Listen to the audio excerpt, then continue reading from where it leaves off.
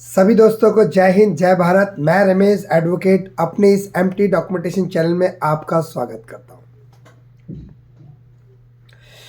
दोस्तों आज जो मैं आपको बताने जा रहा हूं आपकी गाड़ी से रिलेटेड चीज़ है। जो आप एक स्टेट से दूसरे स्टेट ले जाते हो और आपको वहां चल के कोई प्रॉब्लम आती है नहीं आती है, ये बहुत बड़ा एक इशू है। इसके बारे में पूरे भारत के अंदर कोई आपको सही गाइड नहीं करेगा, ये मेरा दावा है। क्यों दावा है? क्योंकि मोस्टली यूट्यूब पे क्या बोला जा रहा है क्या नहीं बोला जा, ग्राउंड रियलिटी चेक करते हैं तो कुछ और ही निकलता है।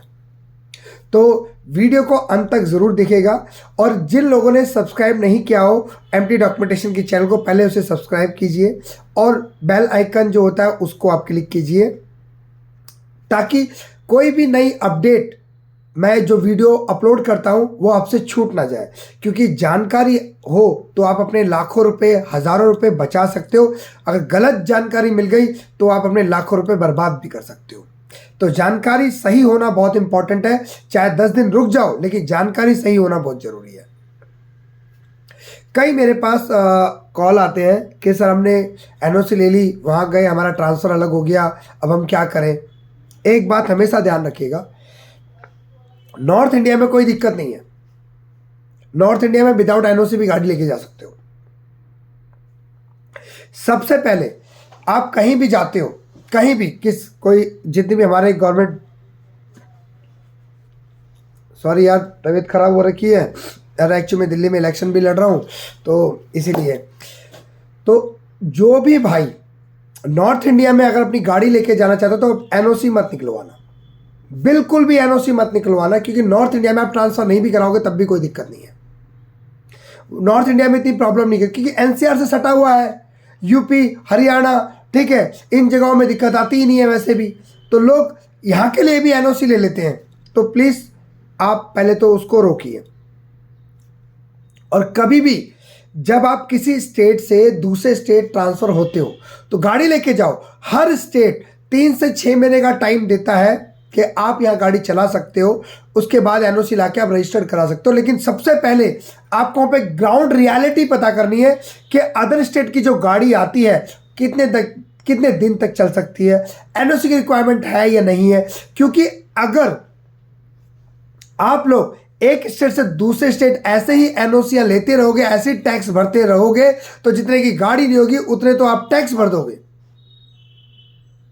क्योंकि भाई आपने एक बार लाइफ टाइम टैक्स भरा है, वो ऑल ओवर इंडिया भरा हुआ है। आप किसी भी राज्य में गाड़ी चला सकते हो। अगर परमानेंटली वहां चलानी है तो उसका एक टाइम पीरियड फिक्स है या फिर उसके लिए एक नई गाइडलाइंस है, उसके बारे में आप जरूर जानकारी रखिए वहां स्टेट जाकर। ग्राउंड रियलिटी में क्या है किसी को मोस्टली नहीं पता। जो भी आता अपनी मन की मर्जी से एनओसी लेके चला जाता है, बाद में उस एनओसी को कैंसिल कराने के लिए आरटीओ के धक्के खाता है। एजेंटों को 5 से 10,000 20,000 25,000 रुपये देने पड़ते हैं और मेंटली टेंशन होती है वो अलग। और कई लोग ऐसे भी हैं जो एनओसी पे ही गाड़ी चला रहे हैं। एनओसी इश्यू होगी, वहां पे टैक्स ज़्यादा आया लेकिन उन्होंने वहां रजिस्टर नहीं कराया। जो ऐसा भाई कर रहा है उसको मैं बता दूं, आप बहुत ही गलत कर रहे हो। अगर एनओसी है आपके पास तो या तो उसे कैंसिल कराओ या फिर उसे रजिस्टर्ड कराओ। एनओसी में गाड़ी लेके मत चलाइए वरना आप पे कार्रवाई हो सकती है। भगवान न चाहे कभी कुछ हो गया, कोई एक्सीडेंटल केस हो गया, जो भी होगा, तो लापरवाही हर चीज़ में बढ़ती जा रही है। तो इन चीज़ों में बढ़ती मत, सॉरी इन चीज़ों में लापरवाही मत बरतो। दोस्तों मैं आपसे फिर कह रहा हूँ कि आप कभी भी किसी भी स्टेट में अगर जाते हो तो आप पहले एनओसी मत लीजिए, एनओसी मत लीजिए। जब आप स्टेट में रहने लग जाओ, जब आपको लगे कि हाँ मुझे रिक्वायरमेंट है या मेरा परमानेंट जॉब यहीं हो गया है या ऐसी कोई दिक्कत है, अगर वहाँ पे चलने में कोई दिक्कत नहीं तो लो भी मत एनओसी यार, ज़रूरत ही नहीं है। फिर उसके बाद जब गाड़ी एक्सपायर होने वाली होगी तब ले लेना। और एक बात और मैं आपको क्लियर बताता हूँ, आप किसी भी स्टेट में चले जाओ, आप विदाउट एनओसी लेके जाओ, ठीक है। अगर आपको वहां एनओसी की जरूरत पड़ती तो उस स्टेट से आप मेरे से कांटेक्ट कर लेना, मैं दिल्ली की एनओसी आपको प्रोवाइड कर दूंगा। दिल्ली की एनओसी, सिर्फ मैं दिल्ली की बात कर रहा हूं। ताकि आप लोग परेशान ना हो, क्योंकि कई मेरे ऐसे क्लाइंट हैं जिन्हों को मैंने ऐसी राय दी है तो आज भी वो मुझे थैंक यू बोलते हैं कि सर आपकी राय हमारे काम आई, जिसकी वजह से हमने गाड़ी की एनओसी नहीं ली, और एनओसी अगर ले लेते तो आज हमें टैक्स की, मेरा अगले दिन ही ट्रांसफ़र हो गया, वहाँ पे कुछ ऐसा हो गया 1 महीने के बाद ही ट्रांसफ़र हो गया या 20 दिन बाद ट्रांसफ़र हो गया, ऐसी प्रॉब्लम आई तो लोगों को ट्रांसफ़र तत्काल लेना पड़ गया, तो वो एनओसी तो ख़राब हो गई ना। अब उस एनओसी को कैंसिल कराने के लिए जिस स्टेट के लिए आपने एनओसी ली थी वहाँ से आपको लिखवाना पड़ता है कि इस व्हीकल को यहाँ रजिस्टर नहीं किया है। उसके बाद फिर एक एप्लीकेशन देनी पड़ती है दिल्ली आरटीओ में और एक इंडैमनिटी बॉन्ड दिया जाता है, उसके बाद यहाँ पे कैंसिल होती है। इसका कोई चार्ज नहीं होता, फ्री ऑफ कॉस्ट होता है एनओसी कैंसिल कराने का। लेकिन अगर आप किसी एजेंट से करवाते हो तो मोस्टली कम से कम आपसे 5,000, 10,000, 20,000 जैसी पार्टी होती है वैसा पैसा मांगते हैं लोग। तो ऐसे लोगों से बचिए प्लीज़, और आप थोड़े से जानकार बनिए।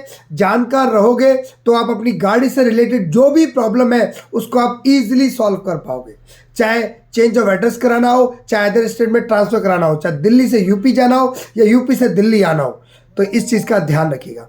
और अगर मेरी इन्फॉर्मेशन अच्छी लगी हो, अभी कुछ डाउट है या जो भी है, तो कमेंट बॉक्स में आप अपना कमेंट कर सकते हो। मुझे वीडियो कॉल कह रहा हूँ, व्हाट्सअप कॉल करके अगर मैं ना उठाऊं तो वॉइस नोट छोड़ सकते हो, मैं आपको रिप्लाई दे दूंगा।